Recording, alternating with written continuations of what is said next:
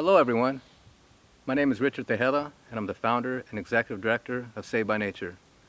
I want to welcome you for the first time to Croy Redwoods Open Space Preserve, located below Uvas County Park and in the Santa Cruz Mountains, not too far from San Jose. Today, we're lucky enough to have Janice Edgerly-Rooks here, who will be teaching us all about these beautiful redwoods that are found here on this wonderful preserve. Thank you.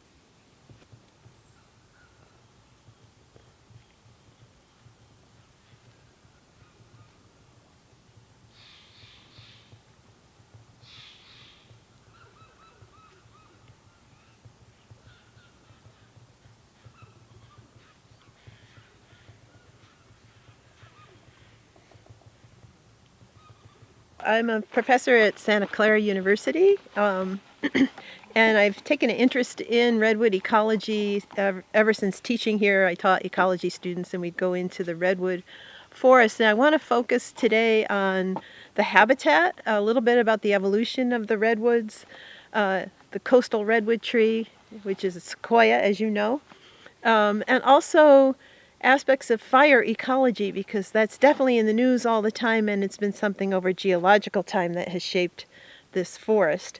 So I'm going to focus on fog and fire resistance and resilience, which are characteristics of this habitat. I have an illustration actually I wanted to have you zoom in on. Back here is geological time in the past, and you can see that this is an evolutionary tree. It's a branching diagram, which is the way we show how different species are related to each other and when they appeared in geological time. So can you see down here? So you line up when the first branching of these speciation events occurred. It's back in the Triassic. So these are all species that are related to each other. They're all conifers, and they're cypress-like plants. Here you have the Jurassic, so you know you have dinosaurs, right? At least. Okay, Cretaceous, though. That surprised me. I didn't realize that if you look for the coastal redwood, which is right here with its relatives, dawn redwood, giant sequoia, and the coastal redwood, all related, and they come out on this side of the tree. They're actually not that far back in time, and I thought they were really ancient lineages. But the branching is in the Cretaceous. And what's interesting about Cretaceous is we start to see lots of flowering plants. So these are all conifers, right? So the flowering plants are emerging, lots of insects, huge speciation events in the Cretaceous. But that's when the coastal redwood appeared. It was 115 million years ago they see evidence for sequoia, the coastal redwood. And so that's right here. There's other things in this diagram I wanted to mention. So they show this red and black color scheme right here. And you notice it's showing up at these terminal branches of the tree. These species evolved more recently, and it was when the planet dried. And that's what happened. The redwoods evolved, the dawn redwood, it was all over the planet. And then the planet started to dry. And that's the story of coastal redwood. They had a much more extensive habitat and distribution. And then when the planet dried, you see all this evolution of these new forms that could handle dehydration, desiccation, and drought. But what about the redwood tree? It got pushed to a very limited range as the mountains rose up in California. California dried. And now we see the coastal redwood is really restricted. And so is the giant sequoia, actually, restricted to really small habitats. And so when you look in the literature and you find papers like this, the story's embedded in this branching diagram. And that's what they were looking at, actually, was climate change in this paper that I found, which is PNAS. So you can get that paper. You can just download it for free if you want to look at it. And they do talk about drying of the planet and what happened and how we have these syndromes like the Monterey cypress. That's one of these relatives, and it can definitely handle dry habitat. Now, the thing about the redwood, I love this little illustration, and I tried to put, who was putting this online every time. You know how they always tell you about size and they'll say, oh yeah, it's as big as a football field. Well, who knows how big a football field is? So I like that they had something you might know. Here's a little apple tree in a 10-story building. Look at this. This is unbelievable. Giant sequoia and coastal redwood. Isn't that unbelievable? So the giant sequoia is the largest tree. The girth is just fantastic. The branches are as big as oak trees. The coastal redwood can be a little bit taller, so it's considered the tallest tree by some.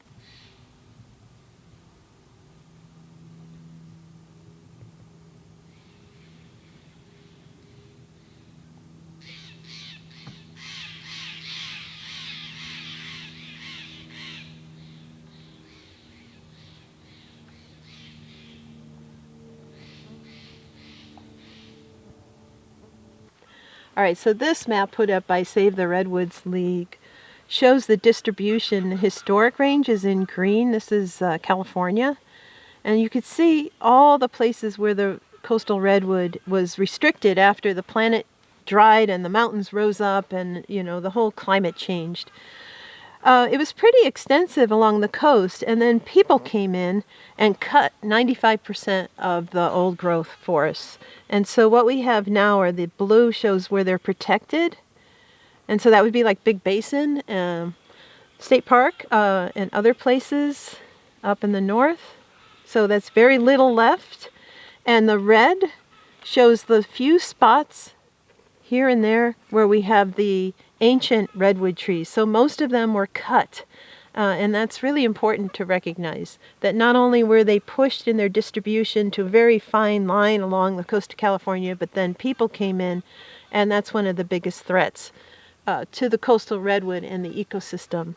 Now, one of the things about the coast of California is we have this California current, which is very, very cold along the coast. And so in the summer, we end up having lots and lots of fog coming in.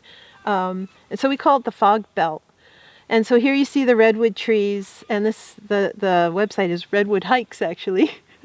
And so I wrote drip, stem flow, and reverse intake. So people have been wondering, biologists have looked to see what are the redwoods getting from the fog, because in the summer it doesn't rain at all in the Bay Area, San Francisco Bay Area. So how are these trees surviving without rain? It turns out that the fog provides not only dripping, so like if you were to put your tent under a redwood tree, or if you were to hide inside a redwood tree to spend the night, you would be soaked, even though it didn't rain, right? Because the fog collects on the leaves, and then then the water's heavy enough to drip. And so it drip, drip, drip. It also will flow down the bark and down the stems, and that's how their shallow roots are able to get moisture, even though it doesn't rain at all for months and months in California. The other thing is some scientists have looked to see the reverse intake, meaning that the water from the fog can actually come in through the leaves. They've been able to find evidence by using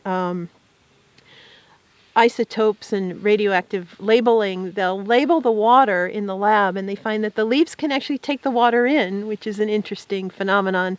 So all the fog, here you are 100 feet up in the air, right? And the leaves are collecting fog, and some of that water ends up going inside the tree and not just dripping down to the roots. So there are multiple mechanisms that allow the redwood to survive the tremendous desiccation that's possible in California in the summer.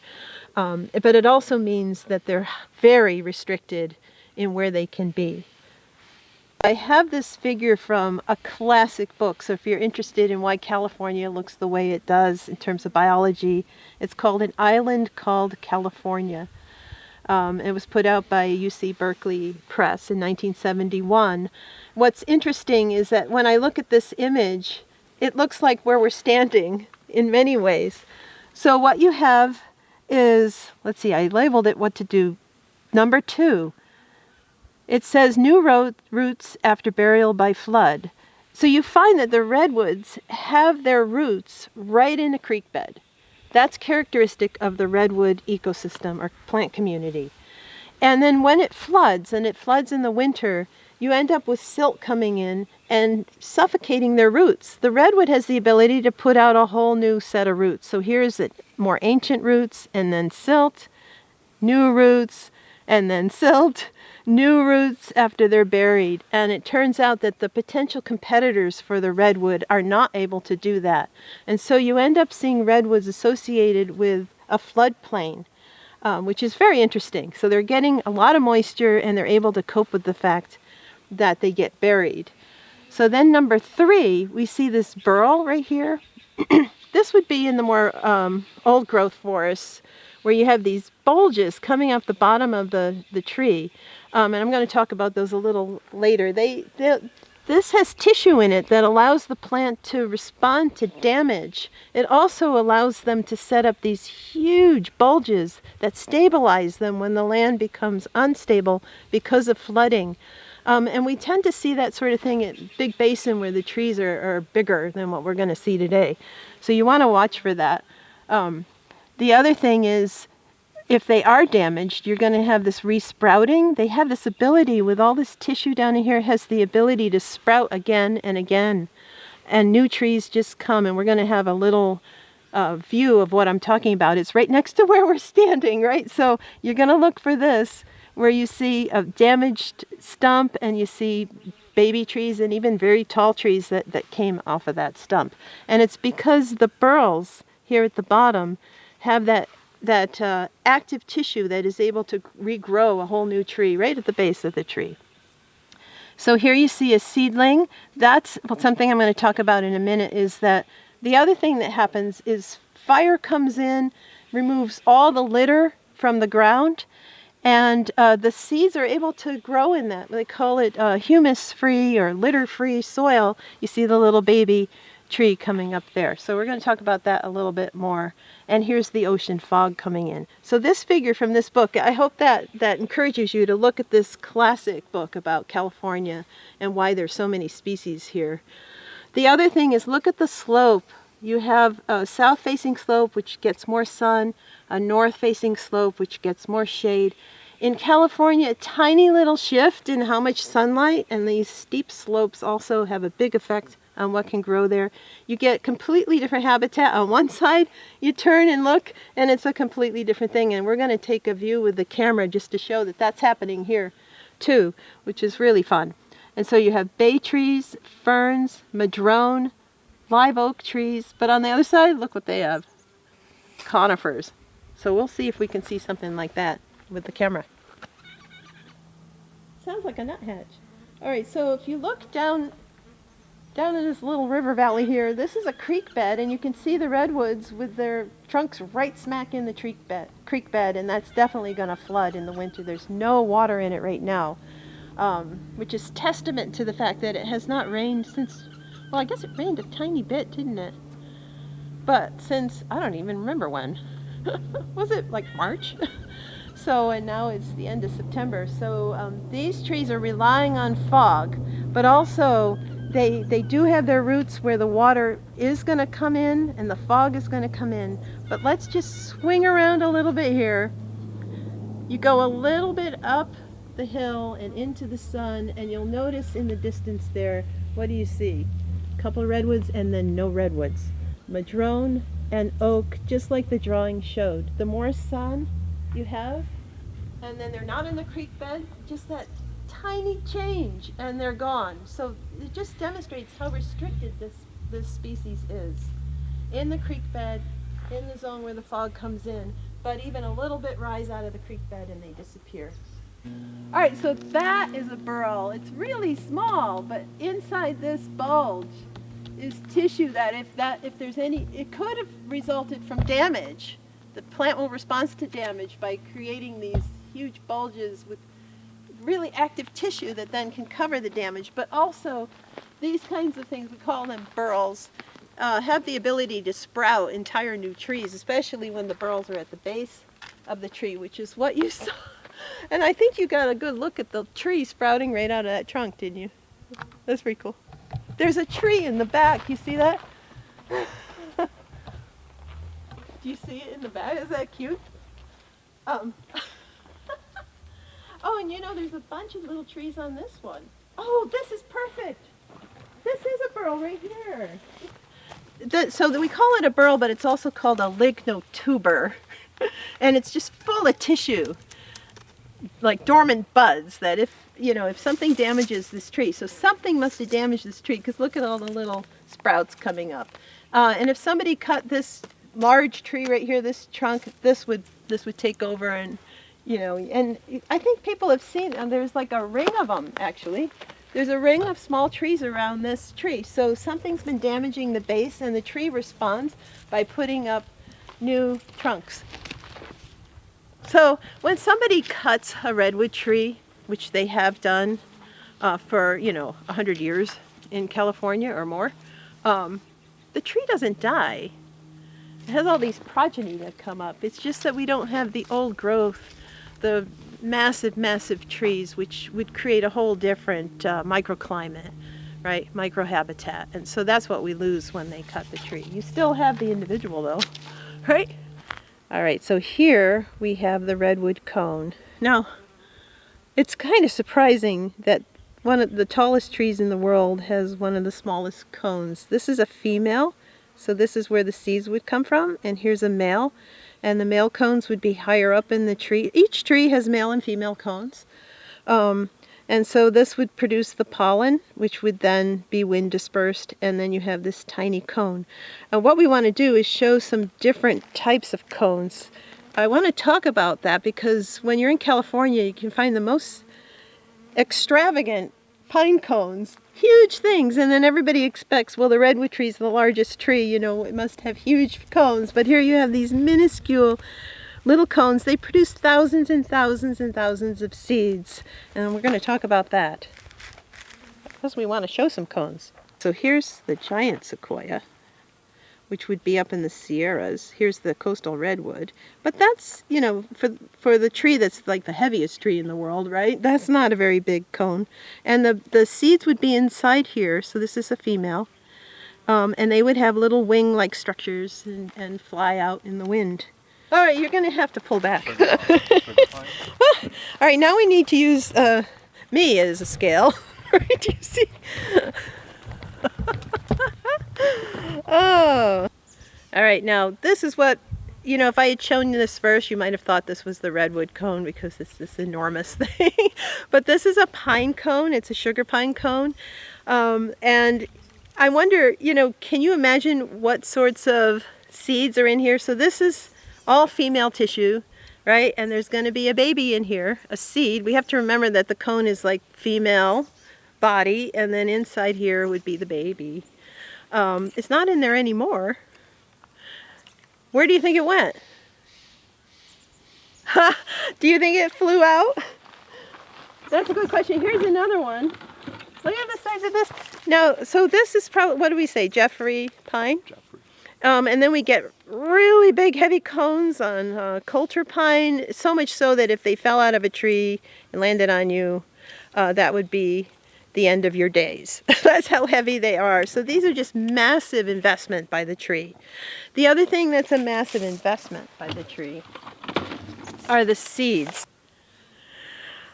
There's a very interesting paper on the evolution of cones. So when I was thinking about redwood cones and then, sugar pine and these huge cones, I thought, okay, what is the reason for these different sizes? Because the size of the cone also reflects the investment in the seed and the dispersal mechanism. And it turns out the scientists that did a research study on this looked to see if climate, microhabitat, these sorts of attributes might mean that the parent tree is investing in a larger seed and a larger cone. But it turned out that animal dispersal and dispersal mechanisms in general explained the size of the cones. So where the plants are relying on animal dispersal, and I show some here, right?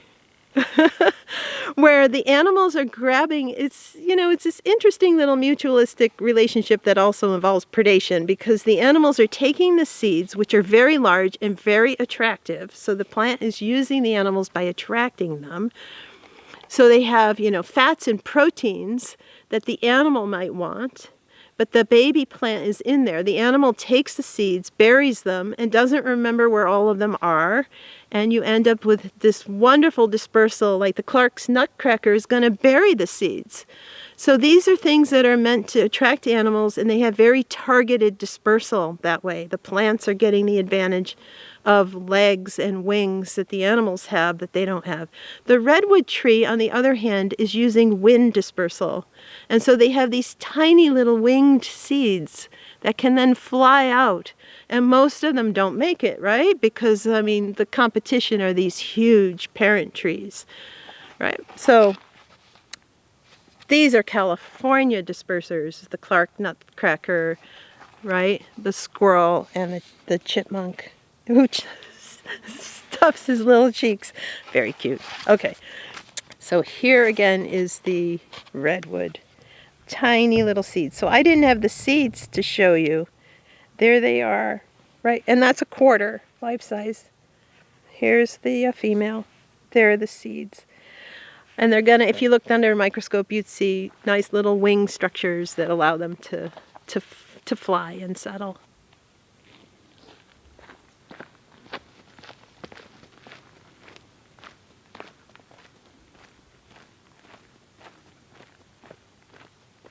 Here you see different burls. So this is where the tissue is that it's like a dormant bud almost, you know? And so when it's damaged, it's able to respond. You see a few sprouts right here coming from this burl. The other thing about this basal burl is you see how it's wrapping down. It will continue to grow. It helps stabilize the trees because this is an unstable creek bed. You also see the roots going out to the side, just like in that drawing that I had. And the roots will extend quite a distance. What's really nice about this tree, it has burls all over it. It's responding to the damage that occurs as the water comes by, and it's ready to stabilize itself or to even regrow, right? Little baby's coming up. But they do say that the basal burls, called lignotubers sometimes, will actually bulge out and wrap down and stabilize the tree. Fantastic. So this tree is a story, right? So it was cut, and you can see black scars where it was burned. So it had that in its life cycle, in its life history. It's also being undercut, and all of these trunks are the same tree, right? It's being undercut by the creek, so you know that this creek really flows in the winter because look at how much it's undercut. And here's one of these basal burls that's wrapping down, and it's like grabbing the rocks, stabilizing the tree, working to stabilize this tree, and that's just classic coastal redwood resilience to disturbance, right? To be able to recover from fire by resprouting, recover from being cut by resprouting, and then having these active tissues at the bottom of the tree that can then wrap around and try and stabilize because they are going to be in a creek bed, right? And water is strong, we have to remember that, right? So look at all the rocks that have been grabbed by this tree and all the silt and everything. Look at this one was burned. This was a root. And then if you come up here, look, there's silt. Ooh, you just got spider webs. Silt from the floods. And over here you can see really good evidence of it. Right there, trapped in this tree.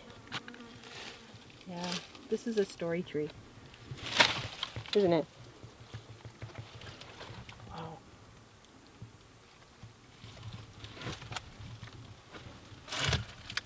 I have a feeling that this baby is doomed, so look at it, it's perched right over the creek. So these are clones. All right, so I have a picture of fire. We didn't want the real fire. So as I said before, it's like a 6 to 25-year-old cycle in a fire traditionally, historically, but then people started to suppress fires, and that's a classic story about fire in the United States, was that suppression actually made it worse because then the fuel started to build up, and then what you would have was a more dramatic fire. So here's really fantastic evidence of fire, and you see this fibrous bark. This is classic redwood trees. They have fibrous bark that Actually, it burns, but it actually seems to keep the fire on the outside of the tree, and so the living part of the tree is typically not killed. And even if it is killed, you know that they have those burls that are ready to respond. If the trunk is killed, the tree just comes back up from the roots. So it's very resistant and resilient to fire. So this is a fire scar. This must be recent, huh? And then we had some major fires last summer that went into Big Basin State Park, where we have old growth trees. And I do have, this was New York Times. They're like, the redwoods are on fire. They had a whole story about Big Basin, where some of the old growths. Now the other thing is, I don't know if you could see this very well, but we know that there's a history of fire, because when you cut a redwood tree, you'll see scars. They call them burn scars, and they could trace, what was a typical cycle of fire. They can, if they have an old growth tree that's cut, they can look and see, yeah, it was like 25-year cycle in the past, and the trees still stand. It shows the scars and tells the story of what happened with fire. Does that count fire? I know, it's like, wait a minute, we just had lightning strikes too. Everybody was worried about the forest being on fire again. All right, what am I showing you? You see that? The burls, they have that active tissue in there, and there are poachers that go into the forest and strip those off of trees, damaging the trees and taking away that potential for the tree to respond to damage. So you can see the California native woods for sale. If you go online, people take the burls. Look at that. They have them for sale. And this is the thing that keeps the tree alive. And so they're called poachers, that they go in, and they've been going in and finding some of the old growth trees and taking huge cuts, taking that basal burl and making tables and guitars and all kinds of things out of, they take the potential for the tree to respond to damage, and it's like, it's really tragic. Don't buy them. When you have a tree that can handle flood and fire, what about the other trees that live here? And the one tree that came up that I didn't realize was a potential competitor for redwood is the tambar oak. And that's everywhere here. And you can see them actually. Here we have tambar oak, and it turns out that is an associate of the redwood plant community. You get redwood trees and tambar oak, and there's a really interesting study where they look to see how these competitors interact with each other, given the types of disturbances that we have, like the floods and the fires that I've been talking about.